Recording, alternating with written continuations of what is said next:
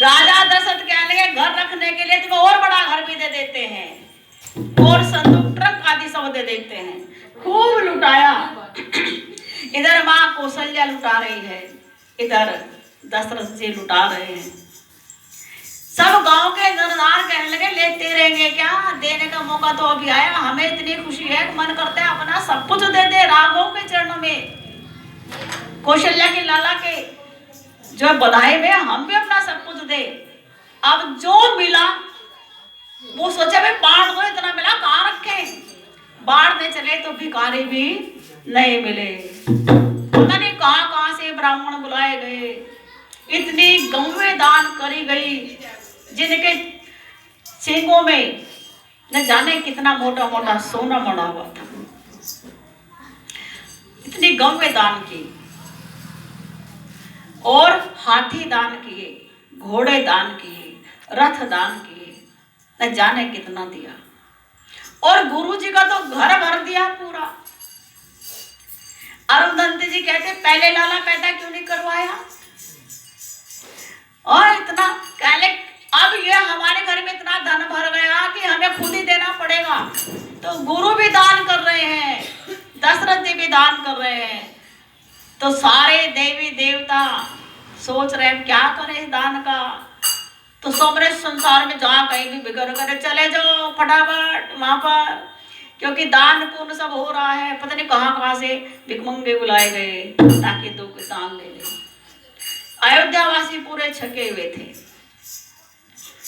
लेकिन सबकी बुद्धि इतने निर्मल हो गई, इतने निर्मल हो गई, तभी तो सारे दाता बने। इतनी निर्मल बुद्धि हो गई भाई, लेने वाला देखो हमेशा नीचा रहता है, ये बात तो पक्की है, चाहे किसके पास कितना हो। और देने वाला यदि 1 रुपया 5 रुपये भी देगा ना, तो उसके दिमाग करते मैंने से 5 रुपये दिए। और जो 1000 या 1 लाख या 50,000 या 1.5 2 लाख 2-4 लाख देते, तो लेने वाला हमेशा नीची नजर करके रहेगा। वो कितना ही ऊंचा हो, कितनी उसकी पवित्र बुद्धि हो, कितने उसका आलीशान चरित्र हो, कितनी इसकी पावन आत्मा हो, एक लेकर के वो छोटा बन जाता है। और देने वाला चाहे कितना बिगड़ैल हो, सच में कितना क्रोधी हो, कितना लोभी हो, कितने दुष्चरित्र हो, चाहे उसका खानदान ही बढ़िया ना हो, लेकिन देने वाला हमेशा छाती चौड़ी करके बोलता है ये इसको तो मैंने दिया था, और ये काम तो मैंने करा, इसका ये चीज तो मैंने बनवाई, ये बंगला तो मैंने बनवाया, ये तो मैंने किया। तो लेने वाला इतना छोटा हो जाता है। लेकिन राजा दशरथ जी के यहाँ जो 4 लाला हुए, नगरी में तो कोई लेने वाला बचा ही नहीं। इतनी पवित्र बुद्धि हो कि ना भैया हम तो दाता बनेंगे, हम लेने वाले नहीं बनेंगे। भिखारी कोई बचा ही नहीं, वहां सारे दाता बन गए। पता नहीं कहां कहां से भिखारी बुला गए। और जिस जिस भिखारी ने, जिस जिस गरीब आत्मा ने जो जो बाहर के भी आए पाया, तो उनके भी मन में राम भक्ति भर गई और लाइन लग गई कि हम दर्शन करेंगे, श्री हम दर्शन करेंगे। अभी तो नाम भी नहीं पता, अभी तो नामकरण भी नहीं हुआ। गुरुजी के यहाँ खबर भेजी गई, गुरुजी आप ना होते तो आज लाल भी ना होता, लाल ना होता ये खुशियां भी ना होती। आपने ही मुझे चिट्ठी लिखी श्रृंगी ऋषि के लिए। श्रृंगी ऋषि मेरे पैदल जाने से नहीं आए, जो आपने गुप्त संदेश भेजा था। आपने क्या संदेश लिखा था ये मुझे पता नहीं, गुरु का भेद तो गुरु ही जाने।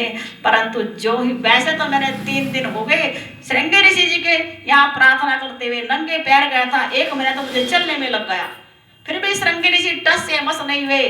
जब मैंने आपकी पाती दी कि मेरे गुरु वशिष्ठ जी ने एक पाती दी है, उसको पढ़ लो। और जैसे वो गुप्त पाती पढ़ी, और श्रृंगी ऋषि का मन बदल गया कि मैं तेरे यहाँ या किसी के यहाँ करूं या ना करूं, लेकिन तुम्हारे यहाँ यज्ञ जरूर करूंगा। गुरु ने क्या लिखा था ये आज बताएंगे तुम्हें। गुरु ने क्या लिखा था अभी नहीं बताएंगे, समय नहीं आया, इंतजार करो। और श्याम राम महाराज की सारी प्रजा।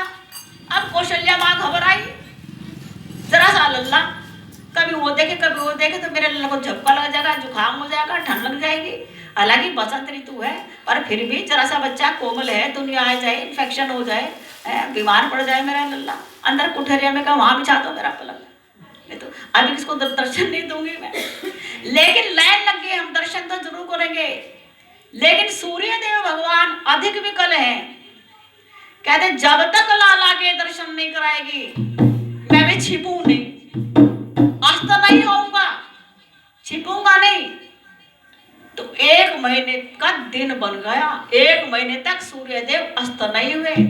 लिखा है गोसाई बाबा ने, वाल्मीकि जी इस बात को लिखते हैं और तुलसीदास इस बात को लिखते हैं कि मास दिवस कर दिवस भाव, 1 मास के दिन रात तक का दिन हो गया। 1 महीने में 30 दिन और 3 रात होते हैं, तो 30 दिन और 3 रात का वो दिन बन गया कि मास दिवस कर दिवस भाव और मरम न जानई कोई, और रथ समेत रवि था के हो निशा कवन विधि होई।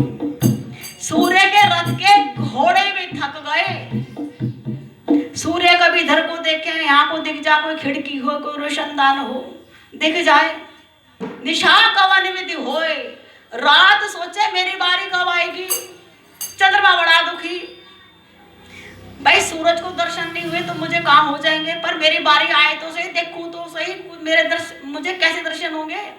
जब सूर्य को इतनी परिश्रम करना पड़ रहा है, सूर्य को पसीना आ गया, 1 महीना हो गया दर्शन नहीं हुए, मुझे कितनी मेहनत करनी पड़ेगी दर्शन करने के लिए, पर बारी आवे तो सही। वैसे दुखी था, सूर्य वंश में हुए, चंद्रवंश में क्यों नहीं हुए, मेरे खानदान में क्यों, इसके खानदान में क्यों हुई, हाँ इसके खानदान में पैदा हुई, इसकी बारी आएगी, चलो ठीक है देखते हैं कब तक ये नहीं जाता है यहाँ से। चंद्रमा बेचारा उदास बैठा रहा।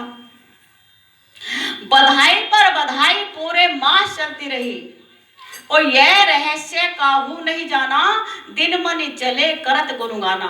किसने इस रहस्य को, मतलब सब किसे नाच रहे हैं, गा रहे हैं, कूद रहे हैं, बधाइयां दे रहे हैं, खूब हलचल हो रही है। किसको नहीं लगता, सुबह से काम करते करते तुम्हारे 30 दिन 3 रात हो गए, काम करते करते जोना लुटाते लुटाते, ये सब काम करते करते, बधाइयां देते देते, दान पुण्य करते करते, किसी की आंख में नींद भी नहीं आई, ना ये दिमाग में आया कि भाई इतना लंबा दिन कैसे हो गया, ये भी दिमाग में नहीं। इतनी प्रसन्नता लोग के मन में भरी हुई थी।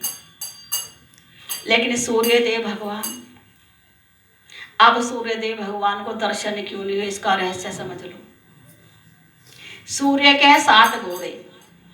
कितने घोड़े हैं?